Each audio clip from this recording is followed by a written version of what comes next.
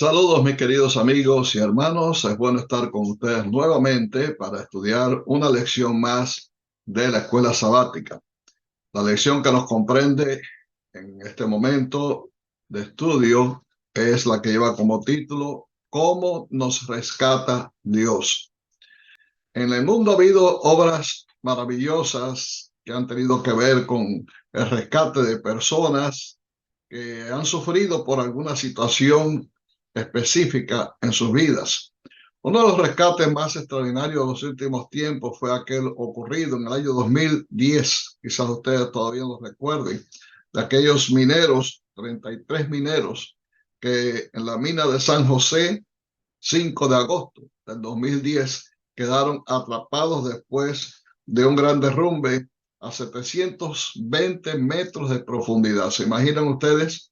Fue algo extraordinario. Durante 69 días, esos hombres estuvieron allí atrapados y las obras de rescate fueron realmente una especie de demostración de lo que puede lograr hacer el hombre utilizando la tecnología moderna. Se hizo un tubo, un conducto que llegaba hasta donde estaban los mineros. Eso fue encamisado por dentro para que pudiera después pasar una cápsula que podía llevar solamente un hombre hasta donde se encontraban los mineros. Y así en el mes de octubre comenzaron a ser rescatados estos mineros uno a uno, hasta que finalmente los 33 mineros pudieron ser llevados a la superficie para reunirse con sus familiares. Ni uno solo murió de todos aquellos que pasaron por esta terrible odisea. Pero la Biblia nos habla de un rescate mucho mayor, un rescate del cual vamos a hablar precisamente hoy en la lección que nos comprende, cómo nos rescata Dios.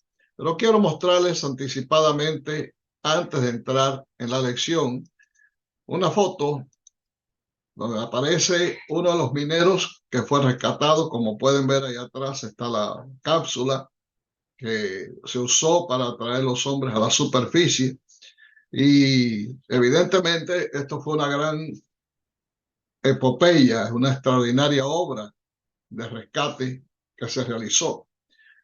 Hoy vamos a tratar acerca de cómo nos rescata Dios. Es, por así decirlo, el rescate mayor que se haya realizado jamás en toda la historia de la humanidad. Cuando entramos en la palabra de Dios, nos damos cuenta de la situación del hombre cuando está sin Dios y sin esperanza en el mundo.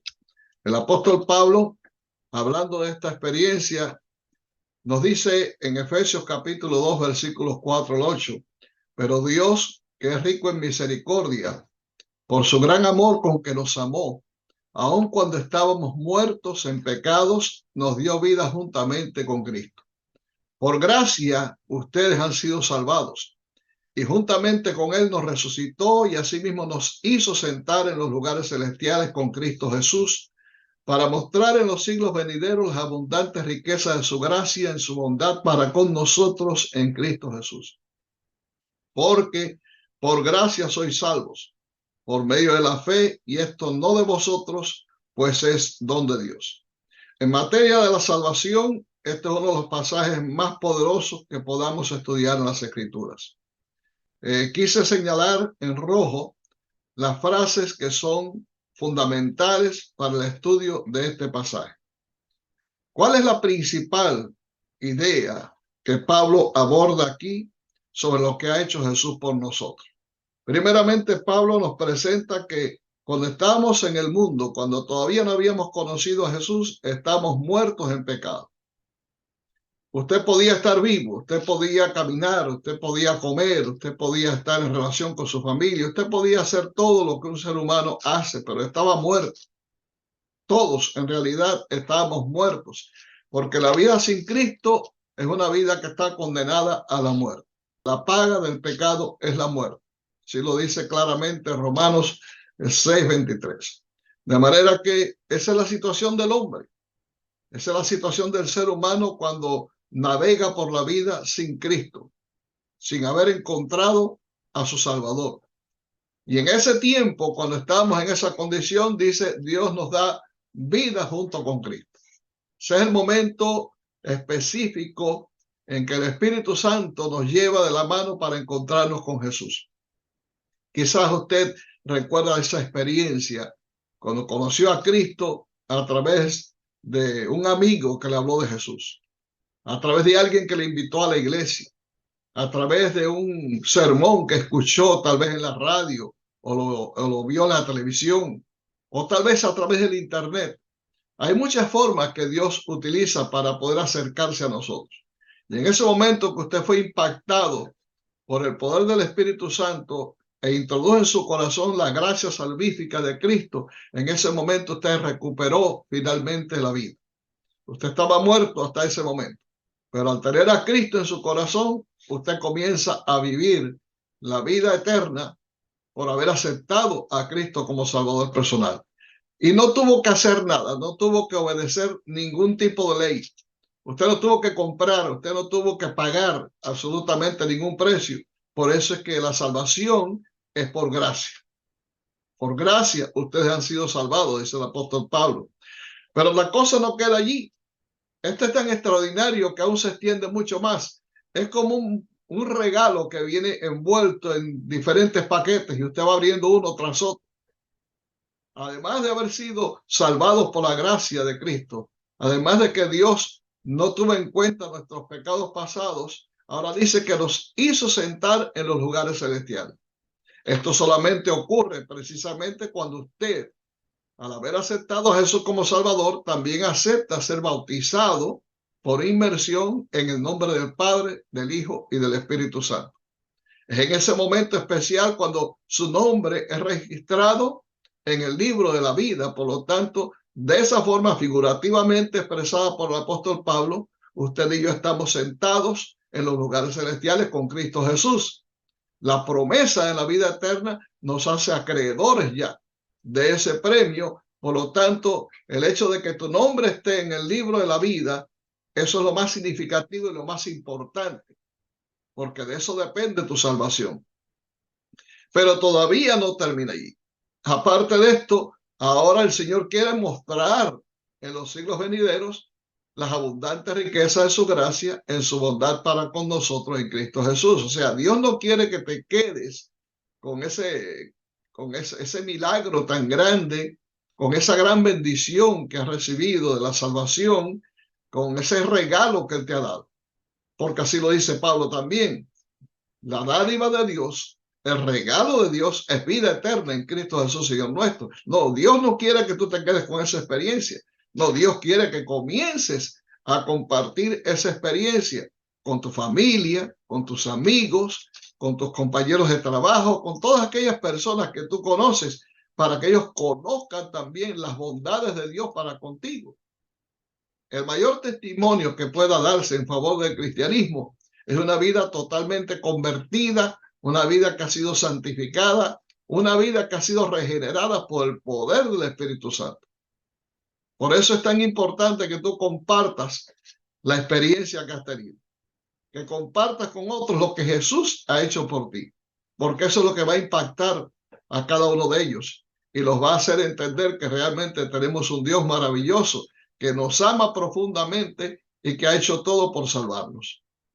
Por esa razón, Pablo finalmente concluye diciendo que somos salvos por gracia, por medio de la fe, y esto no de vosotros, pues es un regalo de Dios.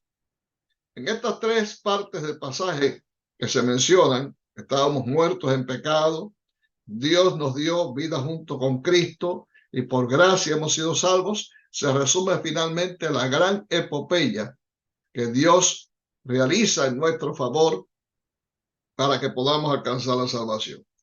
Ahora, ¿cómo se describe la vida del que está muerto en pecados? Vamos a ir a Efesios capítulo 2 y versículos 1 al 3.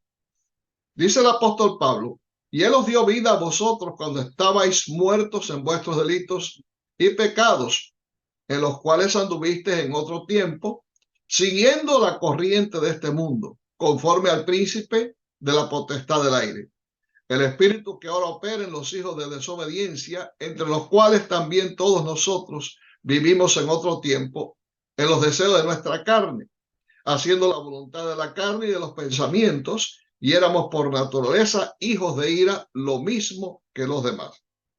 En este pasaje el apóstol Pablo aborda dos puntos importantes. ¿De qué manera estábamos muertos? ¿Cómo es que estábamos muertos y cuál era nuestra experiencia durante ese tiempo en que andábamos sin Dios y estábamos realmente condenados a muerte? Porque estábamos muertos en nuestros delitos y en nuestros pecados. Hay dos formas. Una es siguiendo la corriente de este mundo. O sea que muchas veces nosotros hacemos lo que dice el dicho conocido: ¿a dónde va Vicente? ¿A dónde va la gente? Seguimos la ruta, seguimos la rutina, seguimos el ejemplo de los demás. La presión de grupo nos impulsa a actuar como todo el mundo actúa. La mayor parte de la gente actúa de esa manera. O sea, todos tenemos un patrón que seguimos constantemente desde el momento en que empezamos a tener uso de razón. Y no tiene que ver con aspectos culturales, aunque muchas veces la cultura influye también. La forma en que nos educan, los principios que nos graban, la forma en que vemos que el mundo vive, eso actúa sobre nosotros. Pero lo principal es cómo el mundo vive. La gente vive simplemente para disfrutar de los placeres, para complacer las vanas intenciones del corazón. La gente vive para satisfacer las bajas pasiones. Y nosotros durante ese tiempo en que estábamos muertos, pues seguíamos esa corriente. Pensábamos que estaba bien. Pensábamos que era normal porque así lo hace todo el mundo, y como todo el mundo lo hace así, pues no hay ningún problema en que yo también lo haga. Hasta ese punto nos sentimos que no tengo culpa. Compartimos la suerte de la humanidad. Pero nos damos cuenta que esa situación, más que ser una cuestión interna, una cuestión intrínsecamente parte de nuestra experiencia cultural o de la forma en que el mundo vive, va más allá de eso. O sea, esto es una lucha que se viene sobrellevando desde hace muchos años, miles de años, de hecho, y que tiene que ver con el mundo de las tinieblas, tiene que ver con esa dimensión que nosotros no conocemos o por lo menos no podemos ver, donde se encuentra el príncipe de la potestad del aire, que es Satanás. Y dice ahí el texto, el espíritu que ahora opera, hasta ahora opera en los hijos de desobediencia. De manera que todo lo malo que podamos haber hecho, la manera en que hemos vivido lejos de Dios, en nuestros pecados, en nuestras aberraciones pecaminosas, son producto de la obra de Satanás obrando en el mundo. Así que no es una cuestión cultural, no es una cuestión de que es la moda, no es una cuestión de que así lo hace todo el mundo, no. Es que el diablo se ha especializado en hundir a la humanidad cada vez más en los vicios más aberrantes, en las costumbres más pecaminosas que usted puede imaginarse. Y aunque se le dé carácter de legalidad en el mundo en el cual vivimos hoy, aunque muchas de estas cosas se les cubre con un manto de santidad o de buen comportamiento, en realidad lo que oculta es la degradación a la cual llega el hombre cuando es seducido y dominado por el príncipe de las tinieblas, o sea, por Satanás. Claro está, venimos a darnos cuenta de eso cuando conocemos a Jesús. Es como cuando usted anda por la vida sin mirarse en un espejo. Usted quizás no sepa ni cómo es su rostro, ni se da cuenta cuántas arrugas pueda tener. Pero cuando un día se mira en un espejo y usted se contempla tal como usted es, entonces se da cuenta exactamente de los problemas que tiene en su rostro, de las arrugas que tiene, de cuánto está envejeciendo, porque el espejo revela precisamente cómo somos. Y así mismo ocurre también en el caso del hombre en su vida espiritual. Cuando nos encontramos con Cristo, cuando podemos contemplar la pureza del carácter de Jesús, cuando nos enamoramos de ese carácter maravilloso que es el carácter de Cristo, nos damos cuenta cuán pecadores somos.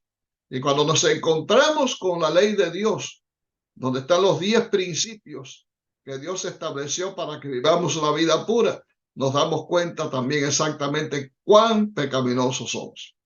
Es por eso tan importante cuando estudiamos este pasaje, poder entender la relación que existe entre la vida pasada, la vida del mundo, la vida pecaminosa con la obra de Satanás en nosotros. Una obra que posiblemente no nos damos cuenta, sin embargo es una obra que se viene realizando, que es efectiva, y los impulsos que nos llevan al pecado y a hacer lo que no conviene son sencillamente programados, gestados en la mente de Satanás para nuestra destrucción. Por eso debemos darle gracias a Jesús, porque en el momento en que quizás estamos por hundirnos más en el pecado, de ser destruidos tal vez, el Señor nos alcanzó, alargó su mano y nos sacó de ese foso cenagoso donde nos encontrábamos para ponernos sobre la peña lisa y darnos la vida eterna.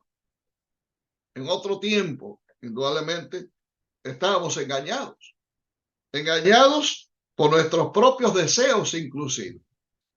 Muchas veces cuando estudiamos este punto, pues tendemos a echarle toda la culpa a Satanás. Y evidentemente Satanás es el autor de todo lo malo. Pero hay en nosotros algo que quizás no nos demos cuenta que está allí, pero que la Biblia nos ayuda a entender para comprender cómo opera esto, qué relación tiene nuestra tendencia, que quizás podamos considerarla normal y humana, qué relación tiene, repito, con el hecho pecaminoso o con la comisión de pecados. Yendo al libro de Santiago, en el capítulo 1, versículos 14 y 15, el apóstol dice, sino que cada uno es tentado cuando de su propia concupiscencia es atraído y seducido. La palabra concupiscencia no es entendida por muchos, pero esta palabra tiene que ver con la naturaleza humana, con las pasiones humanas. El texto anterior, o sea, el texto 13, el apóstol Santiago dice que nadie debe decir que Dios tienta a nadie, porque Dios no puede ser tentado. Y entonces agrega que cada uno es tentado cuando de sus propias pasiones es atraído y seducido.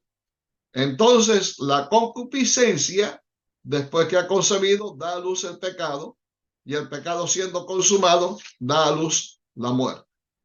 Y te lo ilustro de la siguiente manera. La concupiscencia son las pasiones que imperan dentro de ti. Evidentemente, no todo el mundo tiene la misma tendencia. Hay algunos que tienen tendencia a las drogas, otros tienen tendencia a las bebidas, otros tienen tendencia al sexo. En fin, hay una variedad increíble de hechos pecaminosos que atraen y seducen a la persona. No necesariamente lo que me atrae a mí te atrae a ti, pero el diablo sabe precisamente qué es lo que a ti te atrae. Y él va a tratar por todos los medios de atacarte en ese punto débil. Como decimos comúnmente, la patita coja que tú tienes, esa es la que el diablo va a tratar constantemente de atacar para hacerte caer. Por lo tanto, lo que debemos hacer es fortalecer la parte débil.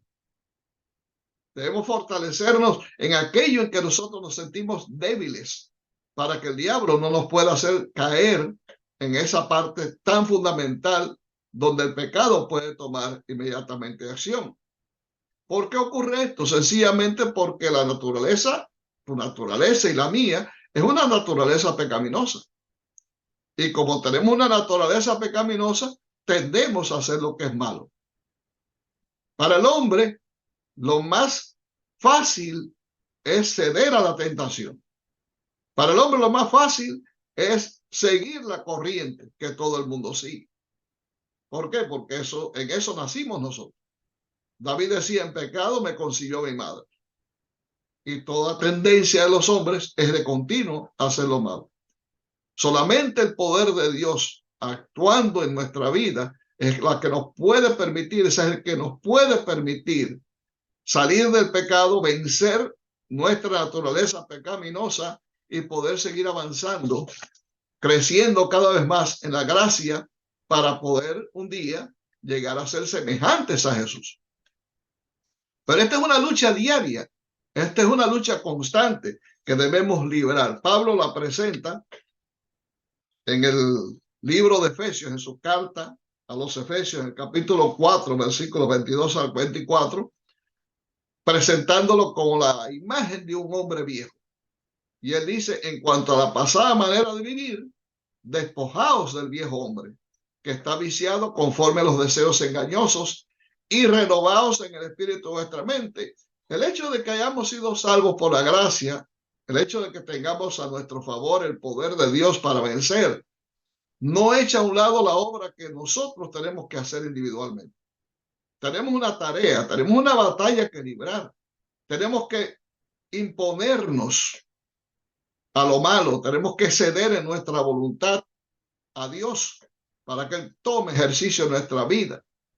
Darle nuestra voluntad a Dios para que Él sea el que obre en nosotros, el querer y el hacer por su buena voluntad. Esa es la batalla que debemos librar. Por lo tanto, lo primero que debemos hacer es como te quitas el vestido, así debes despojarte del viejo hombre de pecado, de esas concupiscencias que batallan contra el alma, que está viciado con deseos engañosos y pecaminosos, y entonces permitir que el Espíritu Santo entre en tu vida y pueda renovar el espíritu de vuestra mente. Fíjate bien que la batalla se libra en la mente. Es en la mente donde ocurren precisamente los grandes conflictos entre el bien y el mal. Es allí donde se toman las grandes decisiones, en pro del bien o en pro del mal. Es allí donde finalmente se va a ganar la victoria o la derrota. Una de las dos, todo depende de ti. Pero Dios quiere que tú le entregues tu corazón. Él dice, dame, hijo mío, tu corazón. Él no está pidiendo ese órgano que está en tu pecho, que es el impulsor de la sangre, ese músculo. No, Dios no te está pidiendo eso. Dios lo que te está pidiendo es que le entregues tu voluntad, tu mente, para que Él pueda introducir allí su Santo Espíritu, que es el que te puede preparar para obedecer. Porque solamente el Espíritu Santo es el que produce en el ser humano convertido la obediencia. La obediencia no es un elemento natural del hombre. Nosotros somos desobedientes, somos por naturaleza, como dice el apóstol Pablo, hijos de la ira. Hijos de la ira quiere decir que somos hijos de desobediencia, que tendemos siempre a hacer lo malo. Y para poder librarnos de esa tendencia, tenemos que ceder nuestra voluntad y darle nuestra mente al Señor para que Él ponga su espíritu y pueda producir en nosotros esa obediencia. Ezequiel llama a esto un cambio de corazón, donde Dios promete quitar el corazón de piedra y poner el corazón de carne. Porque el corazón de carne no es frío como lo es el de la piedra, no es insensible como es la piedra, y es capaz de sentir, de razonar, de entender y de aceptar a Dios, cosa que la piedra no puede hacer. Pero déjame decirte algo para que no te sientas desanimado. Esta obra no es una obra de un momento, ni de un día, ni siquiera una semana. Esta es una obra diaria, constante, que dura toda tu vida. O sea, cada mañana cuando tú te levantas, tienes que entregarle tu voluntad a Dios. Tienes que darle tu mente a Dios para que Él ponga su Santo Espíritu y para que tú puedas caminar en sus mandamientos y en sus leyes, siendo fiel a todos sus principios. Por eso Pablo continúa diciendo, una vez que has hecho esto, ahora vestíos del nuevo hombre, creado según Dios en la justicia y santidad de la verdad. Justicia y santidad.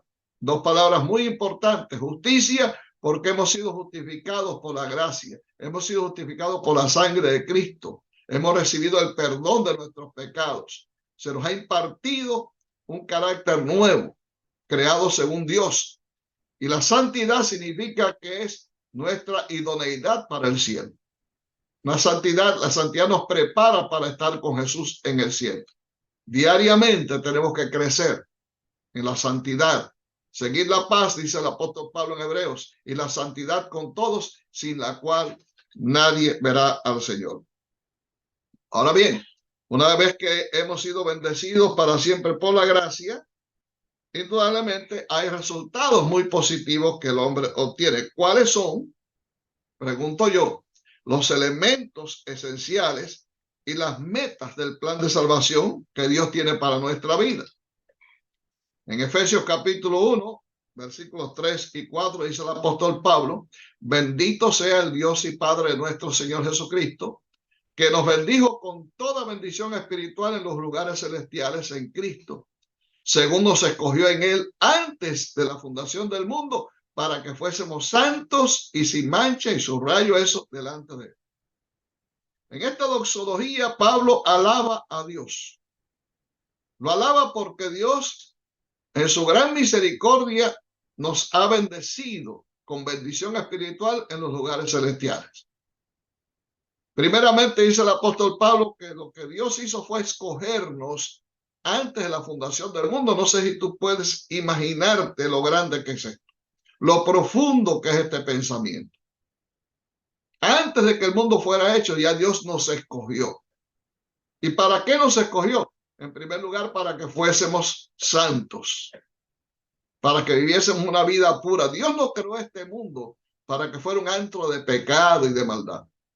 No, Dios creó al hombre perfecto.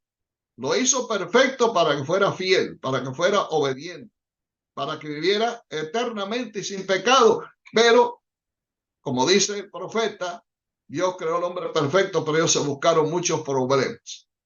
La caída de Adán y de Eva trajo como consecuencia la entrada del pecado en el mundo.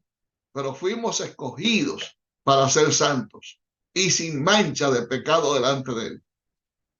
Por esa razón es que Cristo tuvo que venir a este mundo para rescatar al hombre y que el plan de Dios se cumpliera. O sea, ahora con el poder de Dios y con la bendición de Dios que procede de los lugares celestiales, nosotros podemos ir creciendo, saliendo de esa vida del pecado y ser transformados en una nueva criatura, como dice Pablo en 2 Corintios 5:17.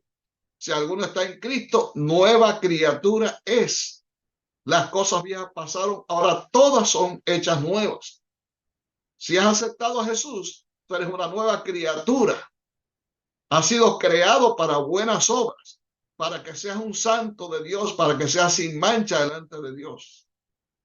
Eso no quiere decir necesariamente que no tengas que luchar, no. Hay que librar una batalla, como ya dije. Hay que seguir adelante día a día, batallando contra el pecado y aferrados al brazo del Todopoderoso, porque esa es la única forma de poder triunfar y vencer. En Efesios 2, versículo 7, Pablo dice que esto lo hace Dios para mostrar en los siglos venideros, como dije hace un momento, las abundantes riquezas de su gracia en su bondad para con nosotros en Cristo Jesús. Lo que más asombra al mundo, lo que más asombra aún al mismo Satanás, es una vida transformada a la imagen de Cristo. Eso el diablo no lo puede entender. Ese milagro que ocurre en los laboratorios divinos, donde Dios está haciendo experimentos extraordinarios con el ser humano mediante su gracia, el diablo no puede comprender cómo es posible que alguien que es hijo de ira, que está perdido completamente en el mundo, pueda ser rescatado. He visto tantas personas que han vivido presas del alcohol, presas de las drogas, presas de los peores pecados, ser rescatados de ese mundo pecaminoso en el cual vivían por el poder de Dios y convertirse en personas ilustres, convertirse en cristianos fieles, convertirse en esposos dignos de su esposa, convertirse en padres también amorosos, tiernos, compasivos, convertirse en hombres de bien. Eso solamente puede hacerlo el poder de Dios. Por lo tanto, es un milagro que se realiza cada vez que hay un alma rescatada del poder de las tinieblas. Elena White nos dice, en El deseado de toda la gente, página 11, al venir a habitar con nosotros, Jesús iba a revelar a Dios tanto a los hombres como a los ángeles. Pero no solo para sus hijos nacidos en la tierra fue dada esa revelación. Nuestro pequeño mundo es el libro de texto del universo. Imagínate eso. El maravilloso propósito de la gracia de Dios, el misterio del amor redentor, es el tema en el cual anhelan mirar los ángeles. Y será su estudio a través de las edades sin fin. Tanto los redimidos como los seres que no cayeron hallarán en la cruz de Cristo su ciencia y su canto. Se verá que la gloria que resplandece en el rostro de Jesús es la gloria del amor abnegado. Es un libro de texto delante de los ángeles, delante de los mundos creados por Dios, que tienen seres santos que nunca cayeron en el pecado. Nuestro mundo es un libro de texto y se asombran de los milagros que están ocurriendo en este mundo, de vidas transformadas por la gracia y el poder de Dios. Ahora, gracias a ese milagro, somos salvos por Cristo. Yendo un poco atrás nuevamente, Efesios capítulo 2, vamos a concentrarnos especialmente en los versículos 8 al 10, porque queremos allí encontrar aspectos que se destacan en la conclusión de Pablo en este pasaje. Y ya lo vimos al principio, pero vamos a volverlo a recalcar. Porque por gracia sois salvos. No tenemos que comprar, no tenemos que pagar nada. Cristo pagó el precio. Eso no quiere decir en ningún sentido que la salvación es gratuita. Es gratuita porque Dios nos la da gratis a nosotros, pero tuvo un costo enorme porque costó la vida de Cristo. Cristo pagó las exigencias de la ley. La ley demandaba la muerte del pecador. Cristo vino a este mundo para vivir una vida santa, derrotar a Satanás en el mismo terreno que Adán perdió, y al morir en la cruz, pagar la exigencia de la ley que reclamaba nuestra muerte, la muerte eterna. Ahora Cristo, al haber ganado esos méritos, nos los concede a nosotros para que seamos salvos. Por eso es por gracia. Y es por medio de la fe que aceptamos la salvación que Cristo nos ofrece. Y esto no de vosotros, dice Pablo, pues es un don de Dios, es un regalo de Dios. No por obras para que nadie se gloríe. Imagínate, el que más fiel sea, podría reclamarle a Dios mayores bendiciones, porque es más fiel. Pero como no es por obras, pues sencillamente Dios nos da a todos las mismas bendiciones, porque lo único que tenemos que ejercer es fe para aceptar lo que Dios ha dispuesto para nuestra salvación, que es la gracia que viene a través de Jesús. Porque somos hechura suya, ahora dice el apóstol Pablo, creados en Cristo Jesús para buenas obras. Ahora bien, eso no quiere decir que porque hemos sido salvos por gracia, podemos vivir como nos dé la gana, a la Bartolina. No, eso no es así. Si fuera así las cosas, como dicen algunos por ahí, que podemos vivir como querramos porque ya fuimos salvos, así que como ya somos salvos, no importa cómo vivamos, al final seremos salvos. No es así. En ningún sentido la Biblia da autorización para vivir una vida de pecado una vez que hemos sido salvados. Cuando aquella mujer pecadora, adúltera, fue traída delante de Jesús para que Jesús declarara sentencia y pidiera que fuera apedreada. Y sabemos que esa historia terminó finalmente en que Jesús lo que hizo fue inclinarse al suelo, comenzó a escribir los pecados de todos los que estaban demandando la muerte de aquella mujer pecadora. Y cada uno, desde el menor hasta el mayor, se fueron. Jesús quedó solo con aquella mujer y le hizo la pregunta: ¿dónde están los que te juzgaban? Y ella le dijo: Señor, ninguno está, todos se han ido. No me condenaron. Jesús le dijo: ni yo te condeno. Pero no quedó allí. No terminó allí la expresión de Jesús. Se fue un poco más adelante.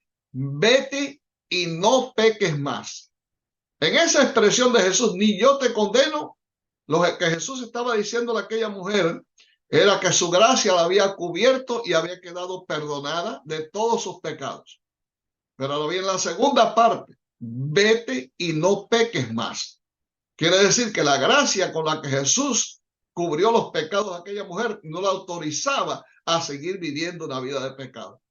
Cuando hemos sido salvos por la gracia de Cristo, de ahí en adelante debemos vivir una vida de buenas obras, que eso quiere decir de obediencia perfecta a los principios de la palabra de Dios, pero esas obras son creadas a través de Cristo Jesús. O sea, yo no tengo esa capacidad para obedecer, porque soy pecador. Yo soy un hombre imperfecto, la ley de Dios es perfecta. De manera que el hombre pecaminoso no puede obedecer una ley perfecta. Pero Dios nos proveyó una vía de escape y esa vía de escape está a través de Cristo. Podemos hacer todo lo que esté a nuestro alcance con el poder de Dios para obedecer. Pero cuando caemos en pecado, Dios ha dado una vía de escape. Si alguno hubiera pecado, abogado tenemos para con el Padre, a Jesucristo el justo. Él es el que nos limpia de todo pecado. Él es la propiciación por nuestros pecados, como también por los de todo el mundo. Yo quiero concluir nuestra lección con esta declaración de Fe y Obras, página 98. Si bien debemos estar en armonía con la ley de Dios, no somos salvados por las obras de la ley. Sin embargo, no podemos ser salvados sin obediencia. Traje esta cita a colación y no viene en la lección porque crea una armonía entre la gracia y la obediencia. Así que quiero que la puedan entender bien. Y voy a leer nuevamente. Si bien debemos estar en armonía con la ley de Dios, no somos salvados por las obras de la ley. Sin embargo, no podemos ser salvados sin obediencia. La ley es la norma por la cual se mide el carácter, pero no nos es posible guardar los mandamientos de Dios sin la gracia regeneradora de Cristo. Solo Jesús puede limpiarnos de todo pecado. Él no nos salva mediante la ley, pero tampoco nos salvará en desobediencia a la ley. ¿Ven? Hay una armonía perfecta y un equilibrio perfecto. Somos salvos por gracia. Yo no tengo que pagar nada por mi salvación. Es simplemente un regalo de Dios. Pero una vez que he sido salvo, ahora por amor a Dios y con el poder de Dios, yo me mantengo fiel a los principios de la palabra de Dios. Pero Dios ha provisto una fuente salvífica de regeneración y de purificación, que es la sangre de Cristo. Como soy pecador, en mis esfuerzos por ser fiel, por ser obediente, puedo caer. No debo utilizar la gracia en ningún sentido como favoritismo para pecar abiertamente para que Dios aplique su gracia. No, no, eso la Biblia no me da autorización para eso. Dios no me da autorización para eso.